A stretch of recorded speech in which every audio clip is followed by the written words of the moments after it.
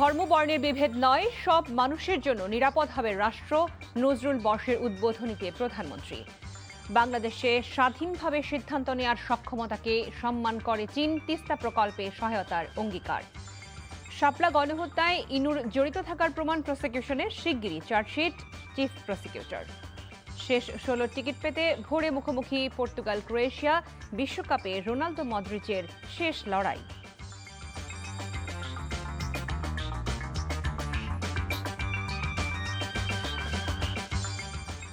আসসালামু আলাইকুম। কানিজ ফাতেমা লোপা স্বাগত জানাচ্ছি এনটিভির সন্ধ্যার খবরে। এতক্ষণ শিরোনাম দেখছিলেন, জানাবো পুরো খবর। অপশক্তি নিজেদের হীন দলীয় স্বার্থে মানুষের মধ্যে বিভেদের অপচেষ্টা চালালেও মিলেমিশে থাকাই দেশের মানুষের আবহমান কালের মূল্যবোধ। এমন মন্তব্য করে প্রধানমন্ত্রী তারেক রহমান বলেছেন, তার সরকার ঐক্যবদ্ধ বাংলাদেশ বিনির্মাণের লক্ষ্যে কাজ করছে। বছরব্যাপী নজরুল বর্ষের উদ্বোধনী অনুষ্ঠানে তারেক রহমান এসব কথা বলেন। এ নিয়ে আরও জানাচ্ছেন হাসান মাহমুদ। বিদ্রোহ ও অসাম্প্রদায়িক চেতনার জাতীয় কবি কাজী নজরুল ইসলামের অনবদ্য অমর কীর্তি ও শোষণ বঞ্চনার বিরুদ্ধে তার প্রতিবাদী কণ্ঠস্বর জাগরুক রাখতে বছরব্যাপী নজরুল বর্ষের উদ্বোধন করেছেন প্রধানমন্ত্রী তারেক রহমান। প্রধানমন্ত্রী বলেন, কবি নজরুলের হৃদয় জুড়ে ছিল বাংলাদেশ, তাই কবির স্মৃতিধন্য ত্রিশালকে নজরুল স্মৃতি ঘোষণার সম্ভাব্যতা খতিয়ে দেখা হচ্ছে। পরাধীনতা, জুলুম, শোষণ, অসাম্য, বৈষম্য ও কুসংস্কারের বিরুদ্ধে কবির কলম ছিল শানিত। প্রধানমন্ত্রী বলেন, তার সরকার এমন রাষ্ট্র গড়তে চায় যাতে ধর্ম বর্ণ নির্বিশেষে প্রতিটি মানুষ থাকবে নিরাপদ। যেখানে ধর্ম বর্ণ নির্বিশেষে প্রতিটি মানুষ নির্বিঘ্নে নিরাপদে বসবাস করবে। শুধু মানুষের এই নিরাপত্তা নয়, আসুন কোনো প্রাণীও মানুষের হিংস্রতার শিকার যেন না হয়, বর্তমান সরকার সেটিও নিশ্চিত করতে চায়। বর্তমান প্রযুক্তির যুগের জটিল বাস্তবতার উল্লেখ করে প্রধানমন্ত্রী বলেন, কৃত্রিম বুদ্ধিমত্তার ইতিবাচক ও নেতিবাচক প্রভাব জ্ঞানের দুয়ার যেমন খুলেছে, তেমনি উন্মুক্ত করেছে বিপদগামী হওয়ার পথও। তবে কেউ হীন স্বার্থে বিরোধ বিভেদের অপচেষ্টা চালালেও সবাই মিলেমিশে থাকাই এদেশের মূল্যবোধ। নিজেদের হীন দলীয় স্বার্থে মানুষের মধ্যে বিভেদ বিরোধ সৃষ্টির অপচেষ্টা চালালেও সবাই মিলেমিশে থাকাই বাংলাদেশের মানুষের আবহমান কালের মূল্যবোধ। বর্তমান সরকারও এমন এক রাষ্ট্র এবং সমাজ বিনির্মাণের লক্ষ্যে কাজ করছে। 3 দিনব্যাপী এই কর্মসূচির উদ্বোধন উপলক্ষে প্রধানমন্ত্রী তারেক রহমান স্মারক ডাকটিকিট এবং নজরুল বর্ষ 2026-27 লোগো উন্মোচন করেন। পরে সচিবালয়ে নিজ কার্যালয়ে স্বাধীনতার ঘোষক শহীদ রাষ্ট্রপতি জিয়াউর রহমানকে নিয়ে বিশিষ্ট লেখক কালাম ফয়েজীর লেখা বীর রাষ্ট্রনায়ক জিয়াউর রহমান শীর্ষক গ্রন্থের মোড়ক উন্মোচন করেন প্রধানমন্ত্রী তারেক রহমান। Hasan Mahmud, NTV news, Dhaka. মন্ত্রিপরিষদ সচিব ডক্টর নাসিমুল গনি বলেছেন, বিদেশিদের জন্য ভিসা প্রক্রিয়া আরও সহজ এবং দ্রুত সেবা নিশ্চিত করতে 20 বছর পর ভিসা নীতি সংশোধনের উদ্যোগ নিয়েছে সরকার। বিকেলে প্রধানমন্ত্রী তারেক রহমানের সভাপতিত্বে মন্ত্রিসভার 11তম বৈঠকে এই সিদ্ধান্ত নেওয়া হয়েছে বলে তিনি জানান। বৈঠক শেষে তিনি সাংবাদিকদের বলেন, ব্যবসা, বিনিয়োগ ও পর্যটনে বিদেশি নাগরিকদের আকৃষ্ট করতেই এমন উদ্যোগ নেওয়া হচ্ছে। এজন্য অর্থমন্ত্রীকে সভাপতি এবং স্বরাষ্ট্রমন্ত্রীকে সচিবিক দায়িত্ব দিয়ে একটি কমিটি গঠন করা হয়েছে বলেও তিনি জানান।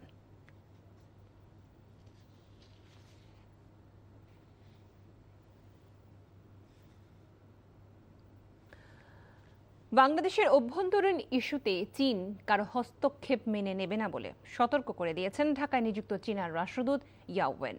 প্রধানমন্ত্রী তারেক রহমানের সাম্প্রতিক চীন সফর সফল মন্তব্য করে অর্থনৈতিক করিডোর ও তিস্তা মহাপরিকল্পনা নিয়ে দৃঢ় প্রত্যয় জানান রাষ্ট্রদূত ওয়েন। দুই দেশের মধ্যে সম্পর্ক জোরদারেরও তাগিদ দেন চীনা রাষ্ট্রদূত। ইফতেখার রেজার রিপোর্ট। ঢাকায় চীনা দূতাবাসের সংবাদ সম্মেলনে উঠে আসে দুই দেশের সম্পর্ক, বাণিজ্য ও পারস্পরিক সহযোগিতা সহ বিভিন্ন বিষয়। বাংলাদেশের প্রতি চীনের প্রতিশ্রুতি পুনর্ব্যক্ত করে রাষ্ট্রদূত বলেন, তিস্তা প্রকল্পে তাদের অবস্থান অপরিবর্তিত রয়েছে। দ্বিপাক্ষিক সম্পর্ককে আরও উন্নয়নে দুই দেশের সর্বোচ্চ পর্যায়ের নেতারা একসঙ্গে আলোচনায় বসেন। সরকার ও রাজনৈতিক দলের মধ্যে যৌথ স্বার্থ নিয়ে সৌহার্দ্যপূর্ণ আলোচনা হয়। দুই নেতার মধ্যে 2+2 আলোচনা ও সামরিক সহযোগিতা নিয়ে আলোচনা হয়েছে। এই বৈঠকের মাধ্যমে দুই দেশের মধ্যে বিশ্বস্ততা জোরদার হয়েছে। টেকসই তিস্তা মহাপরিকল্পনা করতে এর বৈজ্ঞানিক সম্ভাব্যতা যাচাই প্রক্রিয়া খুবই গুরুত্বপূর্ণ। চায়না এর ওপর জোর দিচ্ছে। এ বিষয়ে চায়না বাংলাদেশকে সহযোগিতা করতে আগ্রহী। এই প্রকল্প এবং বাংলাদেশের নদী ব্যবস্থাপনায় কারিগরি সহযোগিতা করতে চীনের সর্বোচ্চ পর্যায় থেকে প্রতিশ্রুতি এসেছে। of Bangladeshi people, especially those living in north part of Bangladesh. তিনি বলেন, বাংলাদেশ ও চীন আঞ্চলিক সংযোগ জোরদারে নতুন বিকল্প নিয়ে কাজ করবে দুই দেশ। So China will proceed as long as Bangladesh Myanmar চীন অর্থনৈতিক করিডোর হলে তিন দেশের জনগণই উপকৃত হবে। চীন বাংলাদেশ সম্পর্ক বর্তমানে ইতিহাসের সর্বোচ্চ পর্যায়ে রয়েছে। দুই দেশের নেতাদের অর্জিত ঐক্যমত্য বাস্তবায়নের মাধ্যমে আগামী দিনে এই সম্পর্ক আরো গভীর ও ফলপ্রসূ হবে। রাষ্ট্রদূত আরও বলেন, সার্বভৌমত্ব রক্ষায় জনগণের স্বার্থে নিজেদের মতো করে বাংলাদেশের সিদ্ধান্ত নেওয়ার সক্ষমতাকে সম্মান করে চীন। AR development. Iftekhar Reza, NTV news, Dhaka. দুর্যোগ ব্যবস্থাপনা ও ত্রাণমন্ত্রী এবং তিস্তা নদী রক্ষা আন্দোলনের প্রধান সমন্বয়কারী আসাদুল হাবিব দুলু জানিয়েছেন, তিস্তা মহাপরিকল্পনা বাস্তবায়নে আর্থিক ও কারিগরি সহায়তা দেবে চীন। সরকার গঠিত কমিটির সমীক্ষা শেষে একনেকে পাশের মাধ্যমে দ্রুত প্রকল্পের কাজ শুরু হবে। প্রকল্প বাস্তবায়নে তারেক রহমান দৃঢ় প্রতিজ্ঞ বলে জানিয়েছেন দুলু। দুপুরে লালমনিরহাট সদর উপজেলা রাজপুর ও খুনিয়াগাছ ইউনিয়নের সাম্প্রতিক বন্যায় ক্ষতিগ্রস্ত মানুষের মাঝে ত্রাণ সামগ্রী বিতরণকালে এসব কথা বলেন মন্ত্রী। এর আগে মন্ত্রী মোঘলহাট ইউনিয়নের ধরলা নদী ভাঙন এলাকা পরিদর্শন করেন। তিস্তা মহাপরিকল্পনা বাস্তবায়নে কারিগরি আর্থিক সহায়তা যা প্রয়োজন চীন সরকার সেটা দিবে। এখন এটা কারিগরি কমিটি করে দেওয়া হয়েছে, তারা এটা সমীক্ষা করছে যে কিভাবে বাঁধ তৈরি হবে, কিভাবে নদী খনন হবে, কিভাবে ব্যারেজ দেওয়া হবে। শাপলা চত্বর হত্যাকাণ্ডে জাতীয় সমাজতান্ত্রিক দলের জাসদ সভাপতি হাসানুল হক ইনুর সম্পৃক্ততা পাওয়া গেছে। তাই এই মামলায় তাকে আসামি করা হবে বলে জানিয়েছেন চিফ প্রসিকিউটর আমিনুল ইসলাম। সাংবাদিকদের তিনি জানান, চলতি মাসের শেষ সপ্তাহে এই মামলায় তদন্ত প্রতিবেদন ও আনুষ্ঠানিক অভিযোগ দাখিল করা হবে। শাপলা চত্বরের হত্যাযজ্ঞ নিয়ে শেখ হাসিনা সহ 50 জনের বিরুদ্ধে গত বছরের 26 নভেম্বর ট্রাইব্যুনালে অভিযোগ দেয় হেফাজত ইসলাম। এদিকে জুলাই আন্দোলনের সময় কুষ্টিয়ায় মানবতা বিরোধী অপরাধে সাবেক তথ্যমন্ত্রী হাসানুল হক ইনুকে গত মঙ্গলবার 10 বছরের কারাদণ্ড দেয় আন্তর্জাতিক অপরাধ ট্রাইব্যুনাল। এই রায়ের বিরুদ্ধে ইনুর শাস্তি বৃদ্ধি চেয়ে আপিল করার কথা জানায় প্রসিকিউশন। রাজধানীর যাত্রাবাড়ি থানায় দায়ের করা খোয়াইব হত্যা মামলায় সাবেক প্রধান বিচারপতি খায়রুল হকের জামিন বহাল রেখেছে চেম্বার আদালত। ফলে মুক্তিতে আর বাধা নেই বলে জানিয়েছেন তার আইনজীবী অ্যাডভোকেট মোতাহার হোসেন সাজু। চেম্বার বিচারপতি মোহাম্মদ রেজাউল হক আজ এই আদেশ দেন। এদিকে বনানী থানায় দায়েরকৃত হত্যা চেষ্টা ও বিস্ফোরক আইনের আরেক মামলায় খায়রুল হককে শোন অ্যারেস্ট দেখাতে আবেদন করা হয়েছে। সেই মামলায় তাকে 6 জুলাই আদালতে হাজির করার নির্দেশ দিয়েছে ঢাকা মেট্রোপলিটন ম্যাজিস্ট্রেট আদালত। এর আগে গত 30 জুন খোয়াইব হত্যা মামলায় খায়রুল হককে জামিন দেয় হাইকোর্ট। পরে ওই আদেশ স্থগিত চেয়ে আপিল বিভাগে আবেদন করে রাষ্ট্রপক্ষ। পৃথক 7 মামলায় জামিনের পর সাবেক প্রধান বিচারপতি ABM খায়রুল হককে নতুন করে যাত্রাবাড়ি থানায় খোয়াইব হত্যা মামলায় গ্রেফতার দেখানো হয়।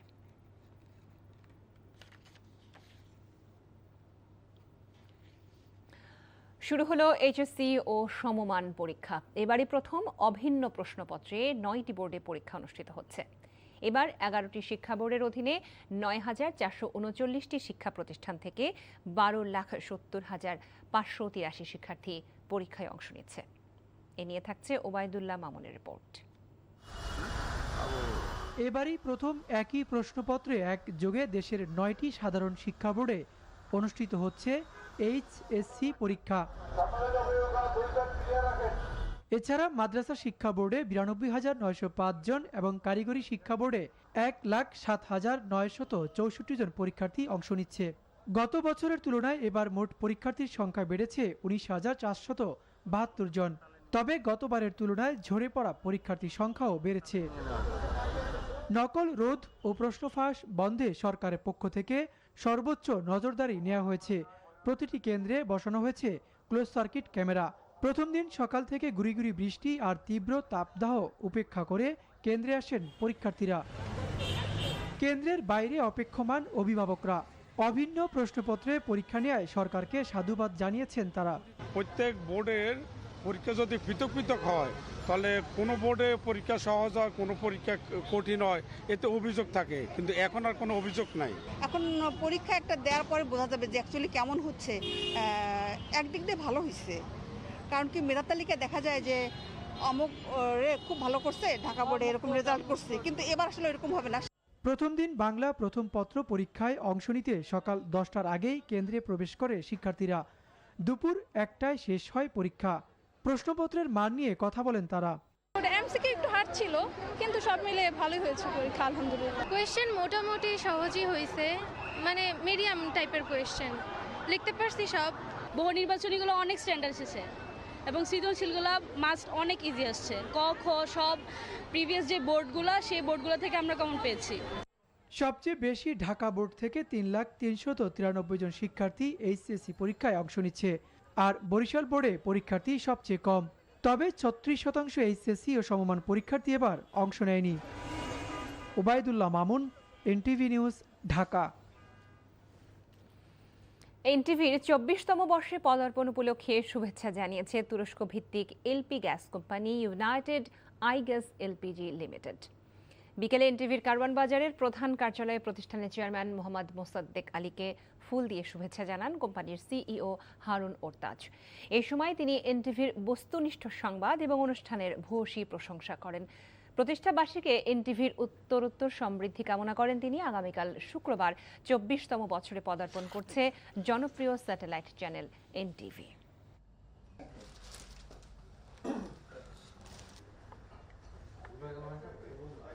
Heartiest congratulations to NTV for the 24th anniversary. NTV for more than 2 decades has been a trusted partner of Bangladeshi families, and we are looking forward to increase our cooperation with NTV. I wish NTV continued success. Portugal Croatia match cover করতে কানায় আছেন senior correspondent কুশল ইয়াসির। তিনি কিছুক্ষণ আগে সেখান থেকে জানিয়েছেন সর্বশেষ পরিস্থিতি। এবারে বিশ্বকাপে শেষ 32-এর অন্যতম আলোচিত ম্যাচ পর্তুগাল এবং ক্রোয়েশিয়ার। ক্রিশ্চিয়ানো রোনালদোর দলের বিপক্ষে লুকা মদ্রিচরা মাঠে নামবেন এবং এই ম্যাচের যে টিকিটের মূল্য সেটি কিন্তু আকাশচুম্বী। বলা যায় যে শেষ 32-এর সবচেয়ে দামি টিকিট এই ম্যাচেরই। আসলে টিকিট ডেটা নামে একটি প্রতিষ্ঠান রয়েছে যুক্তরাষ্ট্র ভিত্তিক, তাদের একটি তথ্য মতে তারা বলছে যে এই যে ম্যাচের টিকিটগুলোর সবচেয়ে কম দামি যে টিকিট রয়েছে সেগুলোর দামও প্রায় $3200 ছাড়িয়ে গেছে। টরন্টোতে হবে এই ম্যাচ। কানাডার মধ্যে এই ম্যাচটি হতে চলেছে ক্রিশ্চিয়ানো রোনালদো অথবা লুকা মদ্রিচের ক্যারিয়ারের শেষ ম্যাচও বলা যাচ্ছে যে তারা আন্তর্জাতিক ক্যারিয়ার এই ম্যাচ দিয়েই শেষ করতে পারেন হয়তোবা। তবে বিশ্বকাপে কিন্তু তাদের শেষ ম্যাচ এটি হতে চলেছে। অন্যদিকে সব মিলিয়ে দুই সতীর্থ তারা দীর্ঘদিন রিয়াল মাদ্রিদে খেলেছেন, একে অপরের বন্ধুও বটে এবং সব বিবেচনায় বিশ্বকাপের অন্যতম হাই ভোল্টেজ এই ম্যাচ। আর এই ম্যাচ দিয়েই কিন্তু দুই বড় তারকা যারা বিগত 20 বছরের মধ্যে ব্যালন ডিওর জিতেছেন তাদের মধ্যে অন্যতম ক্রিশ্চিয়ানো রোনালদো এবং লুকা মদ্রিচ। সব মিলিয়ে একটি লড়াই দেখার অপেক্ষায় রয়েছে ফুটবল প্রেমীরা। দীর্ঘদিন ধরে শূন্য থাকা দেশের প্রায় 32,000 সরকারি প্রাথমিক বিদ্যালয়ে প্রধান শিক্ষক নিয়োগে বাধা নেই বলে রায় দিয়েছে আপিল বিভাগ। সকালে প্রধান বিচারপতির নেতৃত্বাধীন আপিল বেঞ্চ এই রায় দেন। আইনি জটিলতার কারণে সরকার শূন্য পদে প্রধান শিক্ষক নিয়োগ, পদোন্নতি ও বদলি করতে পারছিলেন না। রায়ের পর সচিবালয়ে শিক্ষা, প্রাথমিক ও গণশিক্ষামন্ত্রী আনম এহসানুল হক মিলন সংবাদ সম্মেলনে স্বস্তি প্রকাশ করে বলেন, এর ফলে 36,000 প্রধান শিক্ষক ও 38,000 সহকারী শিক্ষক নিয়োগের পথ প্রশস্ত হলো। এর আগে 2017 সালে জাতীয়করণকৃত প্রাথমিক বিদ্যালয়ের শিক্ষকরা প্রধান শিক্ষক পদে পদোন্নতির জন্য হাইকোর্টে রিট করলে সকল নিয়োগ ও পদোন্নতি বন্ধ ছিল। আলোচনার প্রেক্ষিতে মহামান্য আদালত মাননীয় অ্যাপিলেট ডিভিশন বিষয়টি অত্যন্ত গুরুত্ব সহকারে নেন এবং ইমিডিয়েটলি তারা রিজলভ করার জন্য গত সপ্তাহে তারা ডেট দিয়ে দেন, আজকে জুলাই মাসের 2 তারিখে, এবং অ্যাপিলেট ডিভিশনে এই মামলাটি অ্যাকসেপ্ট হয়েছে। অর্থাৎ আমরা আমাদের শিক্ষক নিয়োগের অধিকার ফেরত পেয়েছি। এই যে আমরা পেলাম, পাওয়ার কারণে আমরা 36,235টি শিক্ষককে প্রধান শিক্ষক অ্যাপয়েন্টমেন্ট দিতে পারবো এবং সেই সাথে ইমিডিয়েটলি আমরা 38,443 জন এসিস্ট্যান্ট টিচার নিয়োগ দিতে পারবো। আগামীতে স্থানীয় সরকার নির্বাচনে শিক্ষকদের অংশগ্রহণ না করার আহ্বান জানিয়েছেন শিক্ষামন্ত্রী আনম এহসানুল হক মিলন। এ সময় বিষয়টি নিয়ে আইন প্রণয়নে সুপারিশের কথা জানিয়ে মন্ত্রী আরও বলেন, কোনো শিক্ষক নির্বাচন করতে চাইলে তিনি যেন সরকারি চাকরি থেকে ইস্তফা দেন। রাজধানীতে আয়োজিত এক সেমিনারে এসব কথা বলেন তিনি। ইফতেখার রেজার আরও একটি রিপোর্ট। বৃহস্পতিবার রাজধানীর একটি হোটেলে ইউনিসেফ বাংলাদেশ আয়োজিত এক সেমিনারে শিক্ষামন্ত্রী, প্রধানমন্ত্রীর উপদেষ্টা সহ বিশিষ্টজনেরা অংশ নেন। শিক্ষা ব্যবস্থায় অর্থবহ পরিবর্তন এনে সরকার শিক্ষকদের ক্যাপাসিটি বৃদ্ধি করতে প্রশিক্ষণের পরিকল্পনা নিয়েছে বলে উল্লেখ করেন বক্তারা। শিক্ষা ব্যবস্থাকে কিভাবে আমরা আরো বেশি অন্তর্ভুক্তিমূলক করতে পারি, অংশীদারিত্বপূর্ণ করতে পারি, যার মাধ্যমে আমাদের তরুণ প্রজন্মের এবং যারা শিশু কিশোর রয়েছেন স্কুলে ক্লাস 1 থেকে শুরু করে 12 পর্যন্ত প্রত্যেকের মেধার বিকাশ ঘটাতে পারি। মাননীয় প্রধানমন্ত্রী স্বপ্ন দেখিয়েছেন, পথ নির্দেশন করেছেন। এখন সেই পথে সঠিকভাবে যদি চলতে হয়, সঠিক গোলে যদি পৌঁছাতে হয়, তাহলে এই সকলকে, আমাদের সকলকে একসাথে কাজ করতে হবে।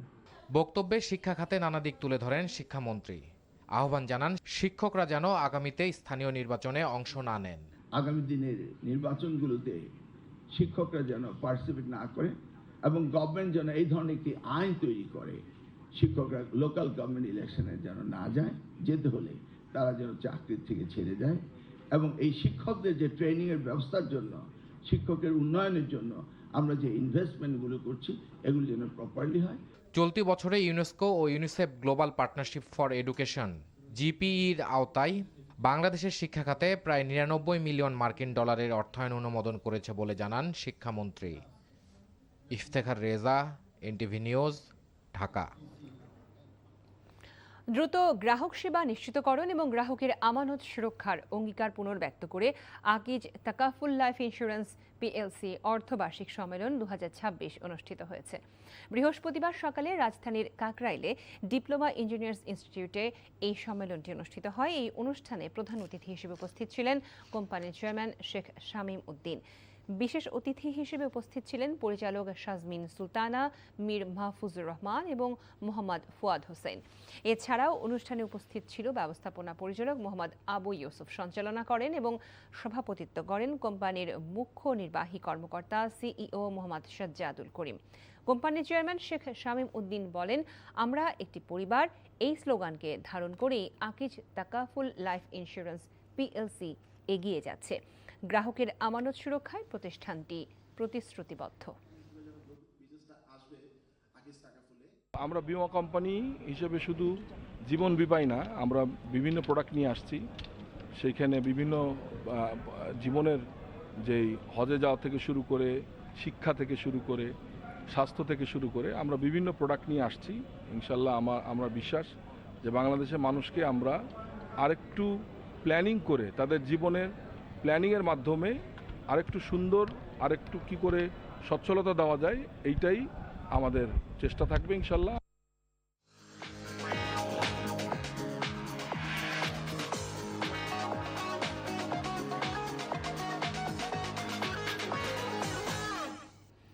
মার্কেন্টাইল ব্যাংক অর্থনীতির খবর।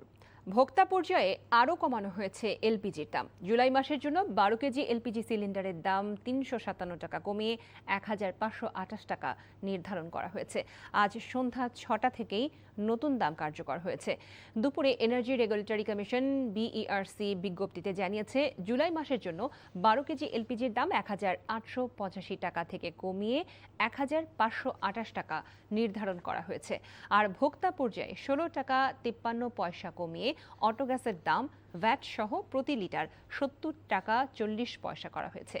এর আগে গত 2 জুন সবশেষ ভোক্তা পর্যায়ে 2 টাকা 59 পয়সা কমিয়ে অটো গ্যাসের দাম লিটার প্রতি 86 টাকা 93 পয়সা নির্ধারণ করা হয়েছিল। এরই সাথে শেষ করছি সন্ধ্যার খবর, তবে যাবার আগে শিরোনামগুলো জানিয়ে দিচ্ছি আরও একবার। ধর্মবর্ণের বিভেদ নয়, সব মানুষের জন্য নিরাপদ হবে রাষ্ট্র, নজরুল বর্ষের উদ্বোধনীতে প্রধানমন্ত্রী। বাংলাদেশের স্বাধীনভাবে সিদ্ধান্ত নেবার সক্ষমতাকে সম্মান করে চীন, তিস্তা প্রকল্পে সহায়তার অঙ্গীকার। শাপলা গণহত্যায় ইনুর জড়িত থাকার প্রমাণ প্রসিকিউশনে, শিগগিরই চার্জশিট চিফ প্রসিকিউটর। শেষ 16 টিকিট পেতে ভোরে মুখোমুখি পর্তুগাল ক্রোয়েশিয়া, বিশ্বকাপে রোনালদো মদ্রিচের শেষ লড়াই। এই ছিল সন্ধ্যার খবরে। এই খবরের ভিডিও সহ আপডেট জানতে ভিজিট করুন এনটিভি অনলাইন www.ntpbd.com। এছাড়াও এনটিভির জনপ্রিয় সব অনুষ্ঠান ও খবরের আপডেট জানতে ভিজিট করুন আমাদের ইউটিউব ও ভেরিফাইড ফেসবুক পেজ। রাত 10:30টায় রাতের খবর দেখার আমন্ত্রণ জানিয়ে বিদায় নিচ্ছি। সবাইকে ধন্যবাদ এতক্ষণ সাথে থাকার জন্য।